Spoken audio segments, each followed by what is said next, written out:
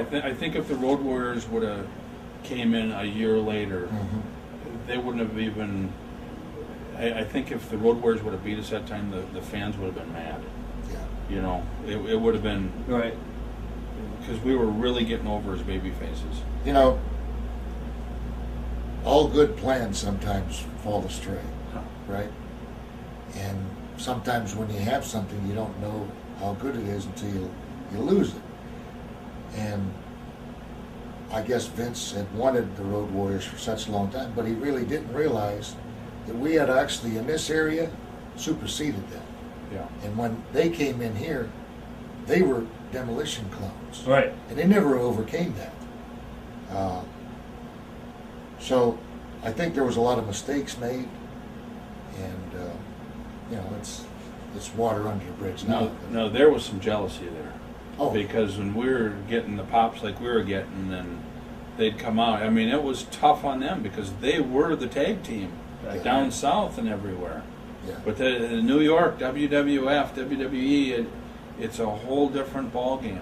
You know, different fans. You know, and the one thing that Barry and I never did, and I never did it as Mass Superstar, I never did it in my whole career, I never went to the office all the time. I was going to ask you how approachable was Vince. That was my next Well, question. he was approachable to us. I mean, he would listen to us, but I was never one of these guys, and Barry's not the same either. I was not the same. You know, call up the office and say, "How you doing today?" Blah blah blah blah. Right. My ability in the ring was my resume. I didn't have to go and call and make up a story about you, or drop hints because I felt secure in my ability. Right. I felt secure in our ability. That's not the case all the time. A lot of the guys are on the phone 2, 3, 4 times a day to make sure that their job is secure. Because I knew we had offers to go other places. I knew if we weren't here, we're going to be somebody else. All right. Now, before the Road Warriors came into the company, did you guys hear rumblings that they were going to come in? I think we heard that all the time. Yeah. Yeah.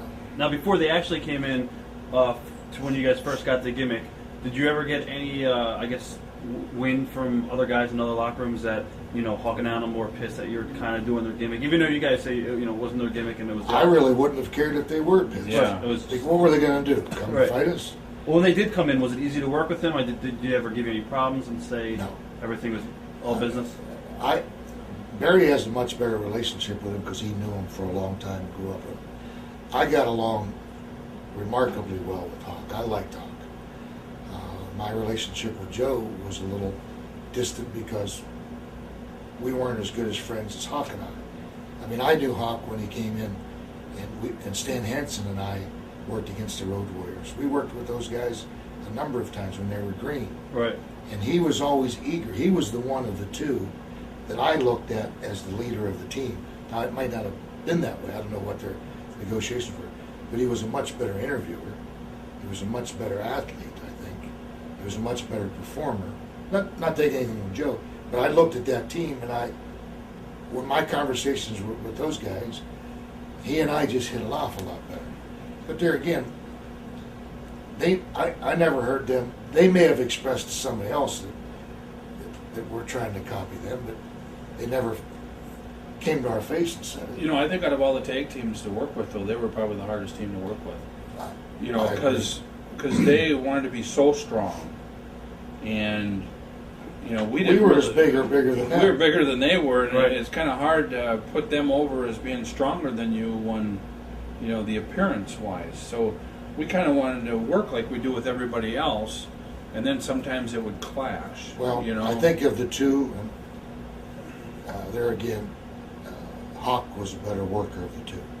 If we wanted to do moves and counter moves, and he wasn't as smooth as the other teams we worked with, but he was more adept than Joe was. If Andre the Giant can sell, anybody can sell. If Andre the Giant can sell and make people cheer for him and come on, anybody can. This business, you're supposed to work. And like Barry said, I think they wanted to outstrong everybody. And when they were against us, we were bigger than them. Our gimmicks were similar. Let's have a match. The match, I was asked this later. The matches we had with the Road Warriors, I thought stunk. Yeah. And it wasn't anything Conflict. It wasn't a conflict of personalities. It was just they stunk. Right. And some teams just can't. It doesn't work. You know. Some questions about that. I might as well ask it now since we're there. You know, when the Road Warriors came in, it seemed like there could have been so much in build and anticipation, and it was just like, you know, Road Warriors Demolition, you know, on the next show, you know, or the Six Mans when they had the Six Mans. Yeah, they came in and they should have kept us apart for a year or 2 years. Yeah.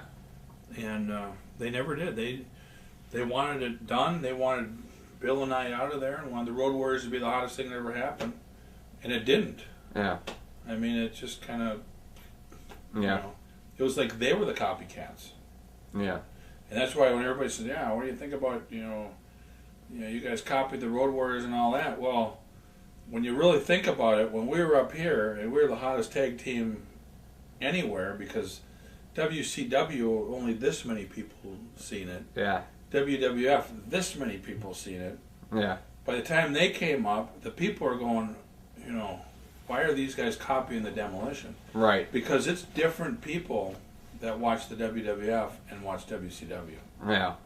They never even knew who the Road Warriors were in a lot of towns. You know what I mean? Yeah, and there's a sense of brand loyalty to... Oh, yeah. It was like, why are we going to have some guys from WCW beat our WWF guys? Right. And that's how I think the people perceived it. And that's where I think Vince made a mistake. Yeah. Vince could have used it to get us even over more and get the Road Warriors over, because then when we left, the Road Warriors would have been the top team. Then the Road Warriors would have been bigger than us if we would have built it right. Yeah. But as far as it is, the Road Warriors were the guys that copied the Demolition. They were never anywhere near as big in WWF as they were coming from Crockett. No, they went down. Yeah. Big time. Definitely. All right. When the Road Warriors did come in and you heard they were coming in, did you initially think, wow, this is going to be some big money? Well, yeah. In fact, I talked to Vince about it. Oh, okay. It was one of my ideas was to bring him in. Oh, okay. And because he asked me, I said, yeah, bring him in. I said, we'll have some unbelievable matches. But you got to build it right, otherwise it's going to be a stinker. Yeah. Next thing you know, they were in and it's a stinker. It was almost like as soon as I said that, well, yeah, let's kill out both teams. Yeah. So you don't think the matches lived up to the expectations by both fans of the teams? Terrible. Yeah. Terrible. How about the Six Mans involving Warrior? They were terrible matches. Yeah. Yeah. Is it hard sometimes when you get in there with a guy or guys and you're just like, man, I just don't have chemistry with these guys. You just can't get it going no matter what you want to do. And that was them. Yeah. Yeah, that was the Road Warriors. And I thought it was going to be completely the opposite. Because you wrestled them a million times before that. Yeah. Yeah. And it's just the fans didn't... thank you. No problem. Oh, you are the man. Yeah, The fans just... They didn't believe it. They didn't believe that the Road Warriors could beat us up. Yeah. That was the bottom line. And I think what the fans liked about us is, when we worked with, Shawn Michaels and Marty Jannetty, they knew we could beat them up. Yeah. But I think they actually thought that it's going to be a fun match to watch. Definitely. And with the Road Warriors, they thought, well, I think the Demolition's a lot better team than these guys are. Maybe the Road Warriors are tougher, but, no, we want a good match. Yeah.